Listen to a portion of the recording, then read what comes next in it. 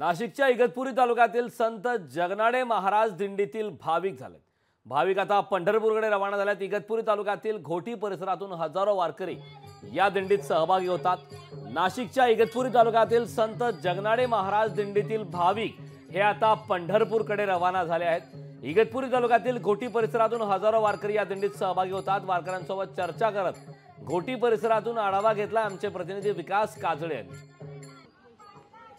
जगनाडे महाराजांची दिंडी आज इगतपुरी तालुक्यातील घोटी परिसरातून त्र्यंबकेश्वरकडे रवाना होत आहे आणि त्र्यंबकेश्वरून ही दिंडी आज निवृत्तीनाथ महाराजांच्या दिंडी बरोबर पंढरपूरकडे रवाना होणार आहे आणि मोठा उत्साह हा इगतपुरी तालुक्यातील वारकऱ्यांकडून आपल्याला पाहायला मिळत आहे। अनेक जे वारकरी आहेत हे या ठिकाणी आलेले आहेत आणि इगतपुरी तालुक्यातील हजारो जे वारकरी आहेत ते आज त्र्यंबकेश्वरकडे जाणार आहेत आणि ही दिंडी निवृत्तीनाथ महाराजांच्या दिंडी बरोबर पंढरपूरकडे रवाना होणार आहेत। पाऊस पडत असला तरी मोठा उत्साह हा या ठिकाणी बघायला मिळत आहे। शेकडो वर्षाची ही परंपरा आहे या दिंडीची। आपण जाणून घेऊयात नेमके वारकरी आपल्या बरोबर आहेत, काय सांगशील? काही नाही, आज अतिशय आनंदाचा आणि उत्साहाचा दिवस म्हणजे निवृत्तीनाथ महाराजांच्या पालखी सोहळ्याचं आजचं प्रस्थान या ठिकाणून होत आहे। या निमित्तानं घोटी शहर इगतपुरी तालुक्याच्या वतीनं आज या ठिकाणी हजारो वारकरी निवृत्तीदादांच्या पालखी सोबत पुढे 2 वाजेला प्रस्थान होणार आहे। त्याबरोबर जाऊन पुढे 27 दिवसाचा पायी प्रवास करणार आहे निवृत्तीदादा बरोबर।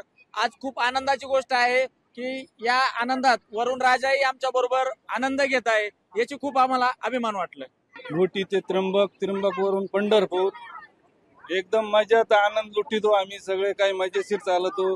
परमेश्वरला मनाचा बुद्धी दे सगळ्यांना आणि काही दुखू नये या हिशोबाने आम्ही निघून जातो, एवढीच माझी इच्छा आहे।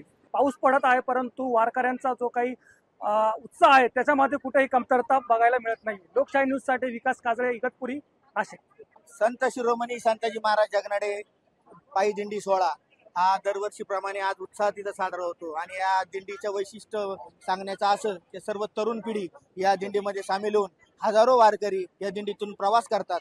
इथून आता त्र्यंबकेश्वर येथे ही दिंडी प्रस्थान करेल आणि त्र्यंबकेश्वरवरनं ही दिंडी पंढरपूरला 27 दिवसामध्ये पोहोचेल। मागच्या वर्षी या दिंडीला 2ऱ्या क्रमांकाचं पारितोषिक आणि नाशिक जिल्ह्यामध्ये सर्वप्रथम क्रमांकाचं पारितोषिक या महाराष्ट्र शासनाचं आपल्याला मिळालं होतं। आणि आजचा हा जर तुम्ही उत्साह बघितला एवढ्या पावसामध्ये, हे सर्व वारकरी, हे सर्व तरुण पिढी, हा तरुण वर्ग हा पंढरपूर येथे विठ्ठलाच्या नामकरणाचा गजर करत इथून जाणार आहे। लोकशाही मराठी ऐका, पहा, जागरूक रहा।